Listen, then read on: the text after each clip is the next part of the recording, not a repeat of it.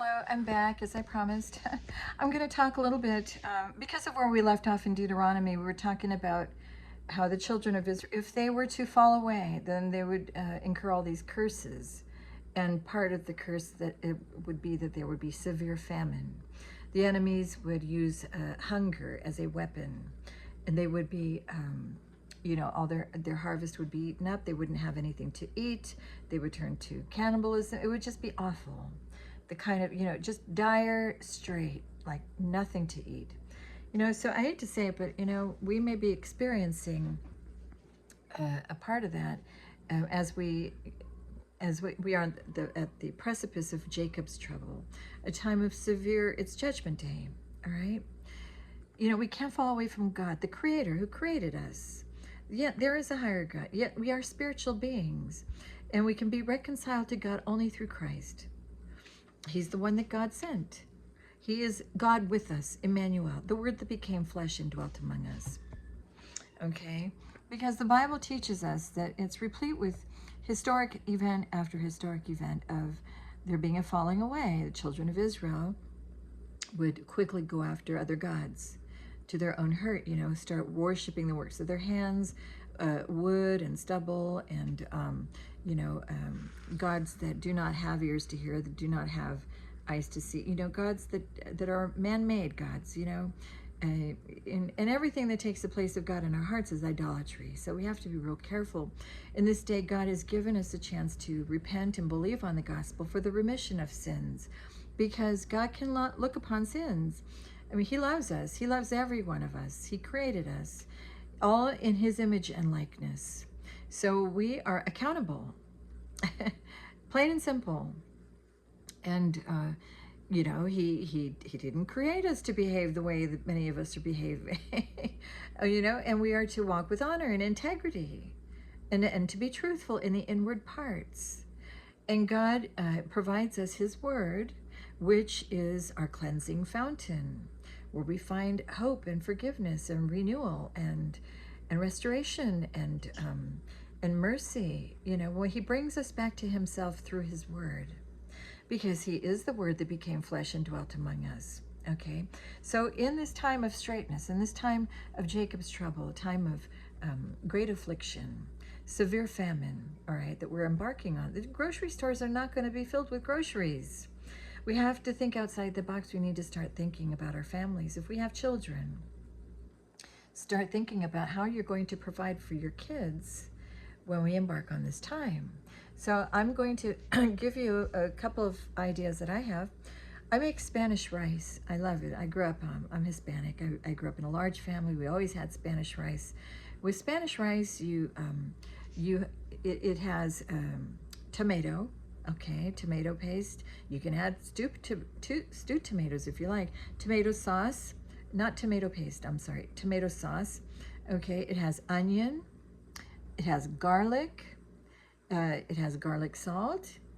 It has a few things you can add to it to make a meal. You can add a bag of vegetables, mixed vegetables, all right? You can add a couple spoonfuls of kale, ground kale, or ground, or parsley flakes. You can add, or collard greens, add a tablespoonful.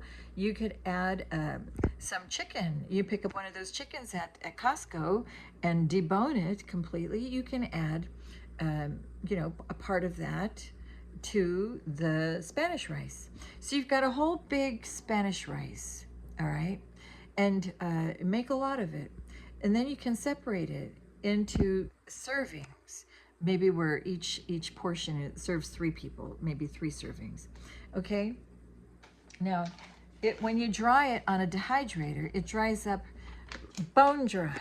I mean, it has to be, it's laid out, you lay it out on a shelf, you dry it till it's absolutely bone dry, but it has everything in it. You see, even the onions and garlic are really good for preventing illness and sickness and disease, so you take the onion, you can use a chopper, an automatic chopper. I have an automatic chopper that chops it really super fine within seconds, and I throw it in there because a lot of kids don't like onion, especially if they see chunks of it in their food. That's how I was when I was a kid. I couldn't stand to eat anything that had a large chunky onion in it. Are you kidding me? Oh no.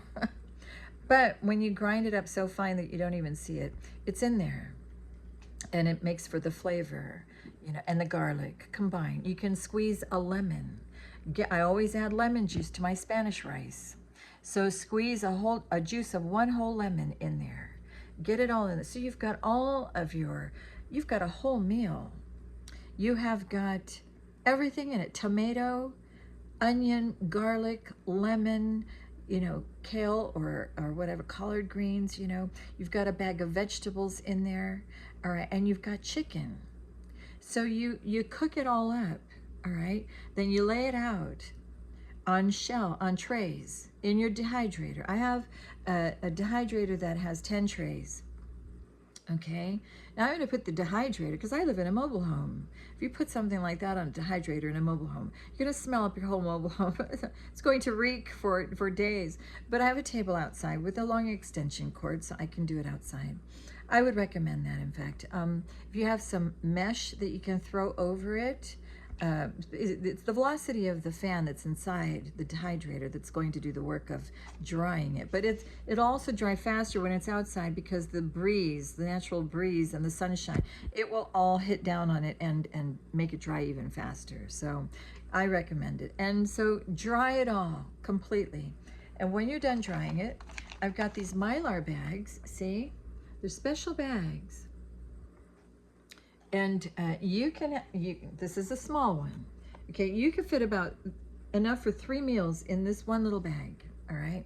Now, or they have the big ones. And I get these bags from a place called Paper Mart in Los Angeles. And you know, you can they come in like a package of 50, or they might have them in packages of 100.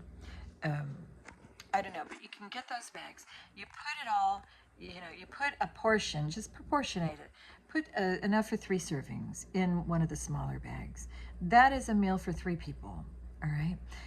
In a situation where shit hits the fan and you cannot have anything cooking on the outside, because you're going to attract attention. People are going to smell your food and they're going to come around, right? Marauders. You have to be careful. You don't want to attract that kind of attention. The kind of famine we're heading into, things are going to be so dire. People will kill for food. You have to know this, and I'm speaking very, you know, there's nothing new under the sun, right? We all know this. All right. So, I just want to show you one thing I have here in my kitchen. Sorry, I'm moving things around in my kitchen because my sons are coming over to help me to move things around today.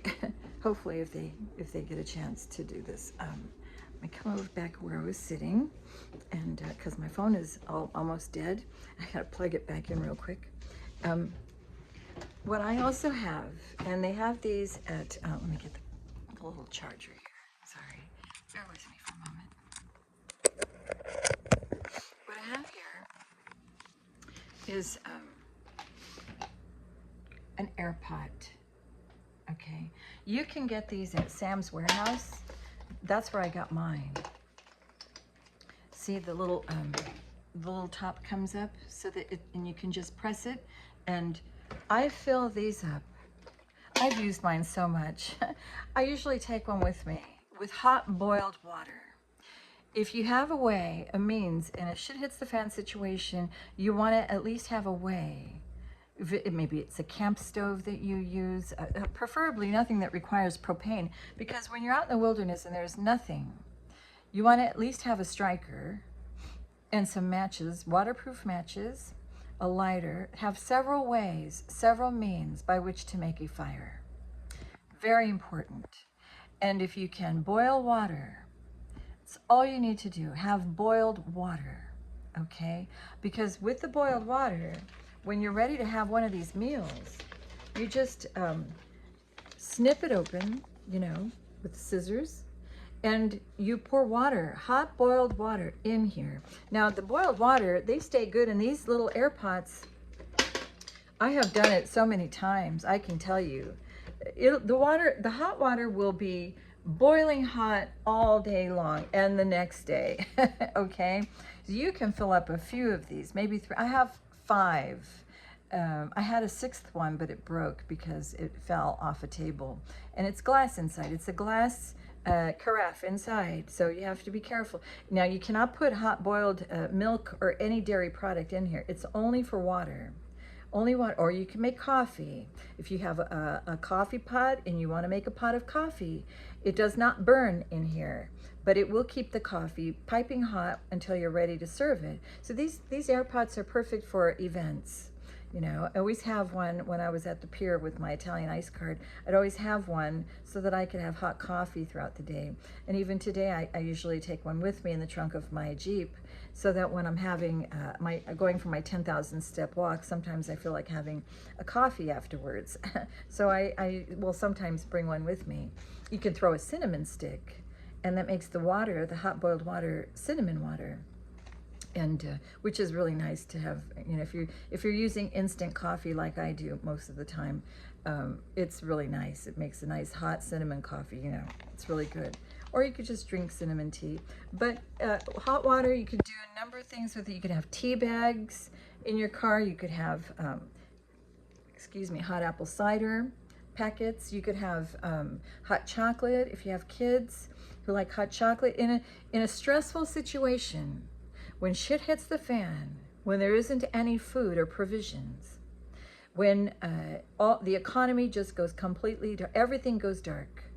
If those transformers are hit by a solar flare or an electromagnetic pulse or a very strong X flare, you know, a solar flare, and you have no means by which to cook, the electricity goes completely off, have at least the ability to boil water.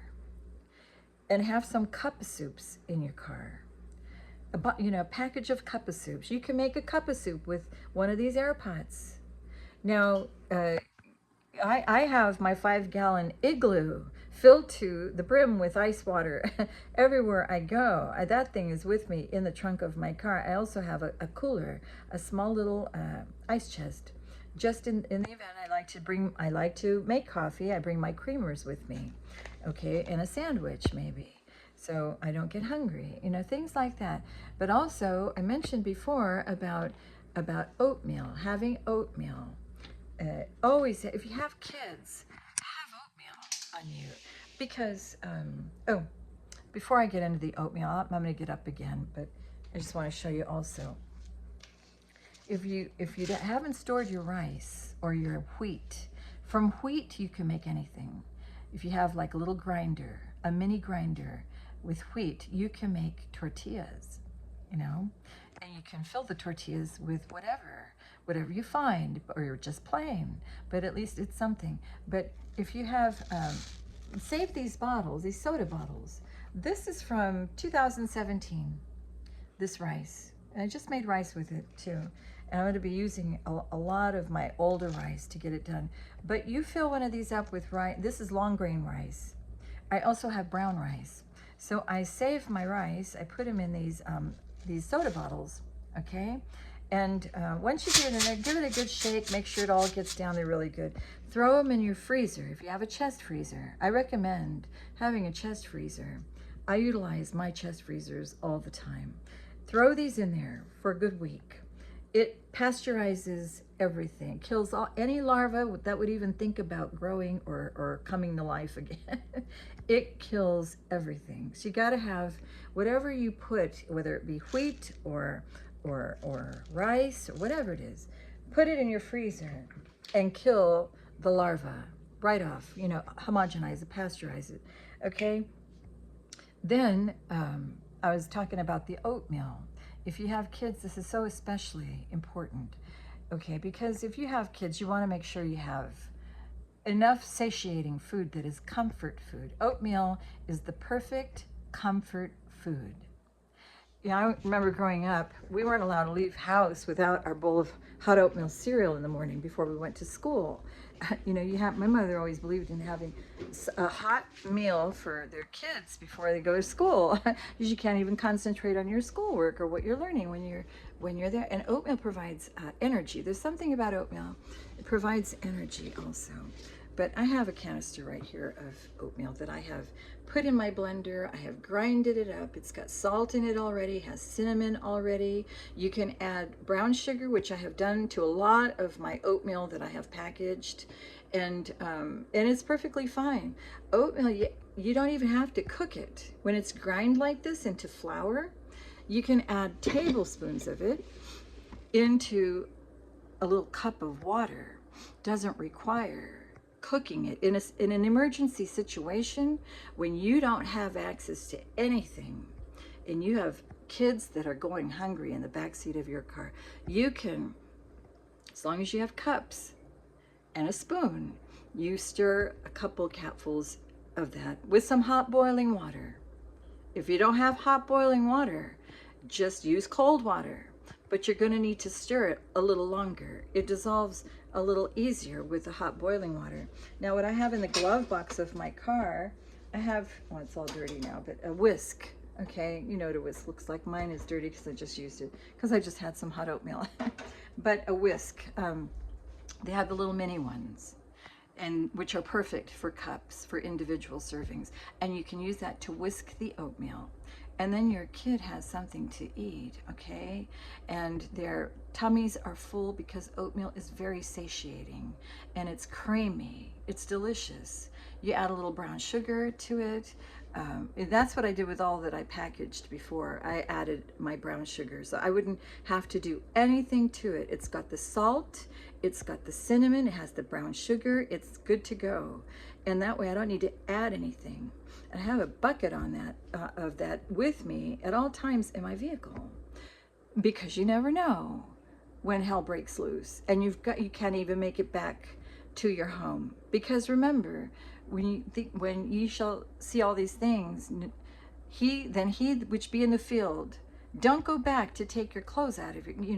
Go, flee to the mountain, go to a safe place, and go to where the Lord would guide you to go. Now, obviously, the Lord guides us right now. We see these things happening. We're guided to go into the mountain, which is the Bible. We're guided to immerse ourselves into the Word of God. That's our safe place. That's where that's our place of refuge. Okay, in the time of storm. I'm being urged right now to even leave where I live because things are becoming dangerous here. There was another gunshot the other night. Not last night, but the night before last, right in front of my unit once again. So my sons are coming over today to help me put a few things through, and then I'm going to be mobile, more mobile than I have been. But anyway, I just wanted to put this out there. I hope that it helps anyone who's listening. These are just a couple of ideas. Certainly, besides Spanish rice, I mean, that's just one idea. But you could do also, you could do mushroom soup.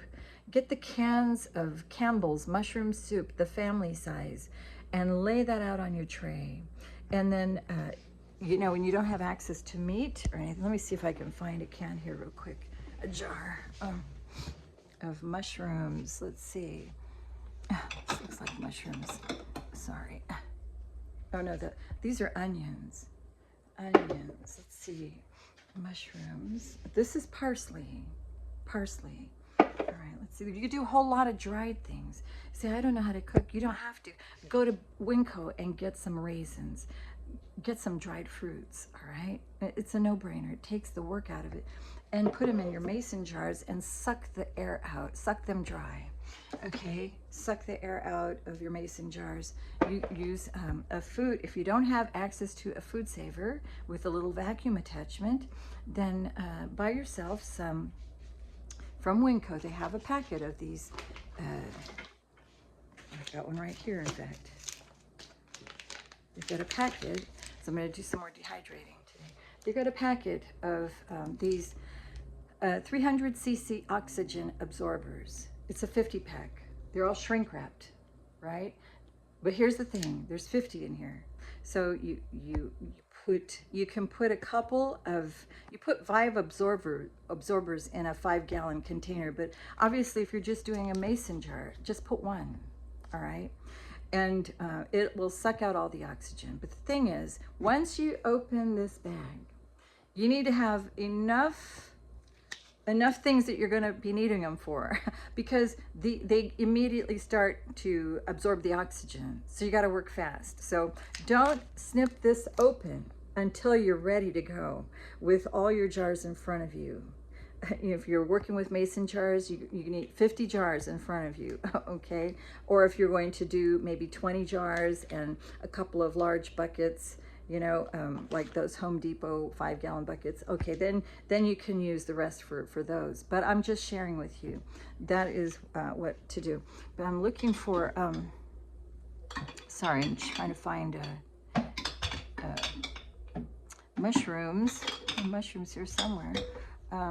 Anyway, I can't really find one right now. Got a bunch of mushrooms. Oh, here's one. Okay, so mushrooms. Now, when you do mushrooms, see how there's a lot in here. This is probably the equivalent of 4 packs at Sam's.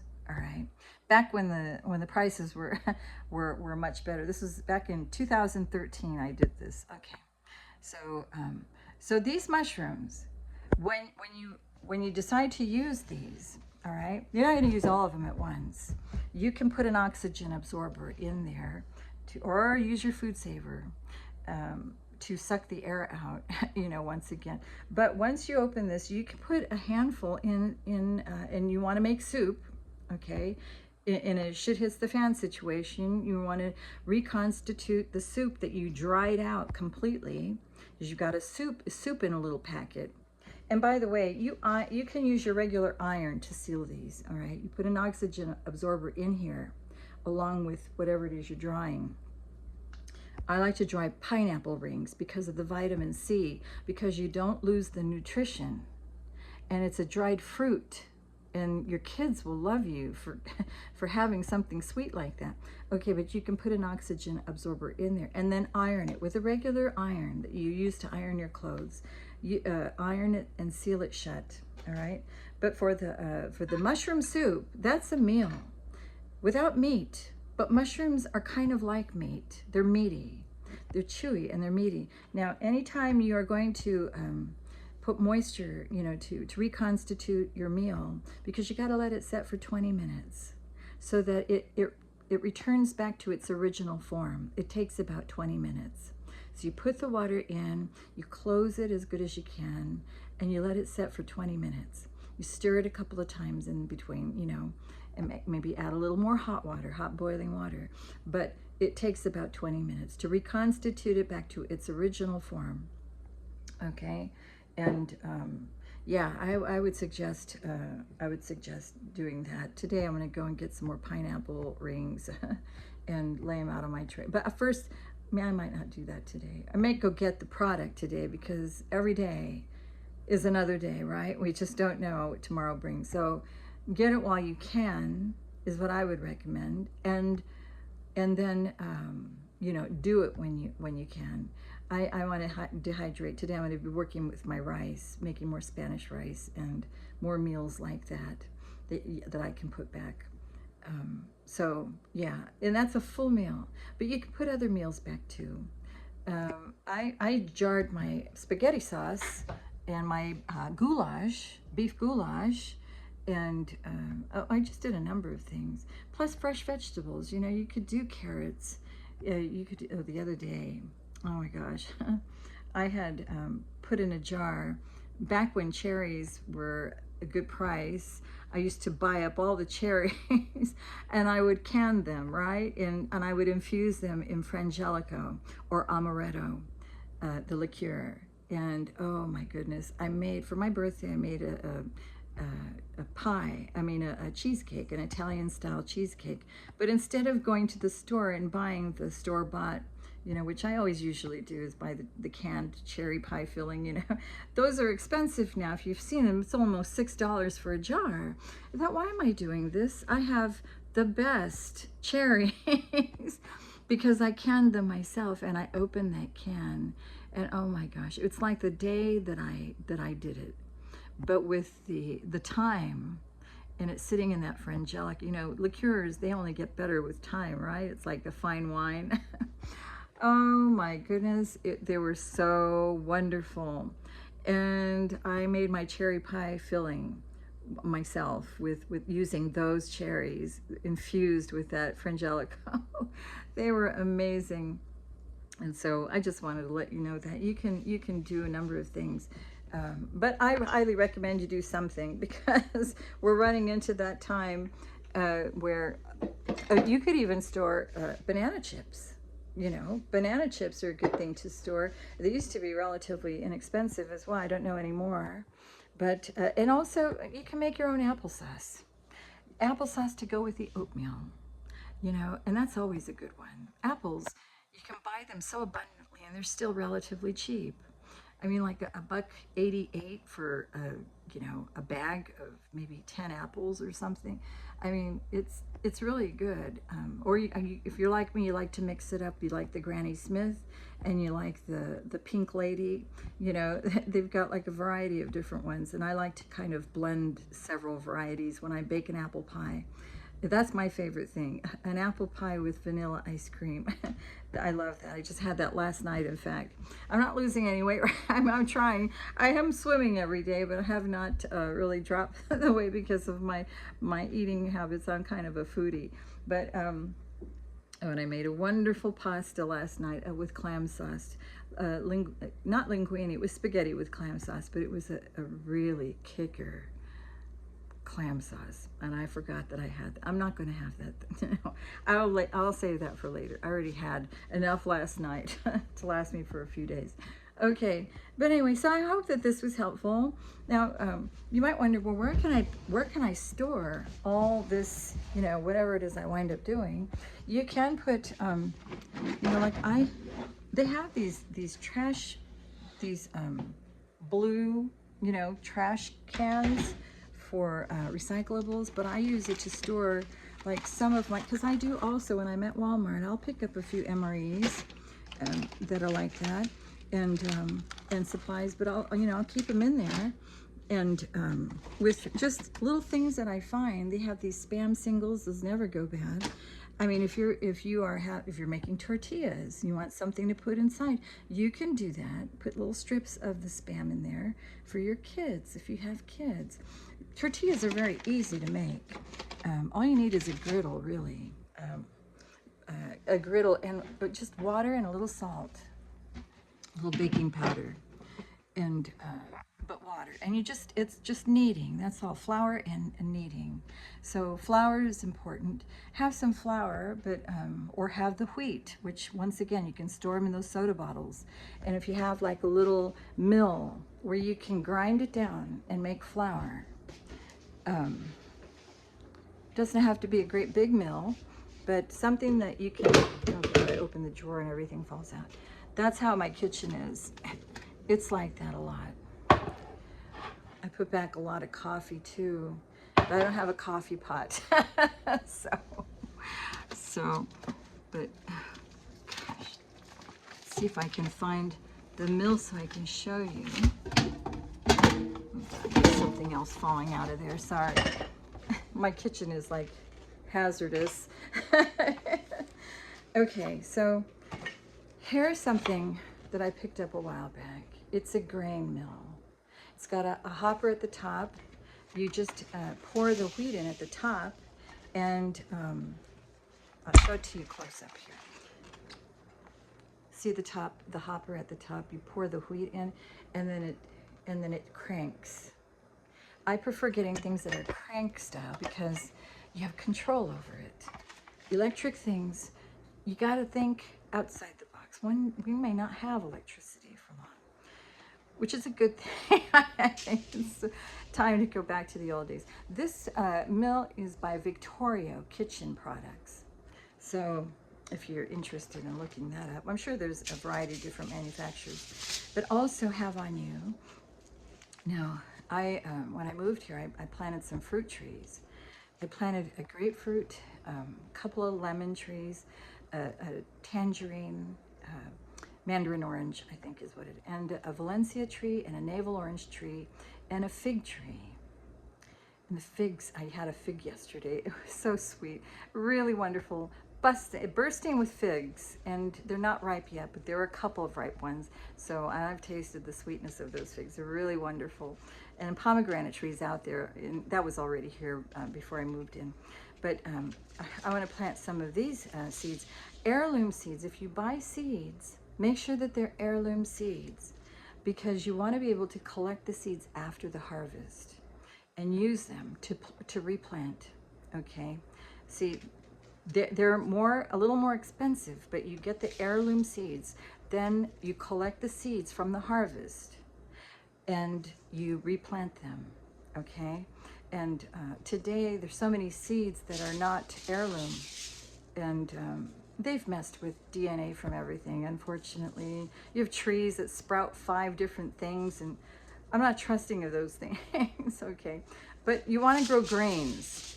Greens are going to be really super important. You want to have collard greens, you want to have kale, you want to have spinach, cabbage, very important. This one is kale.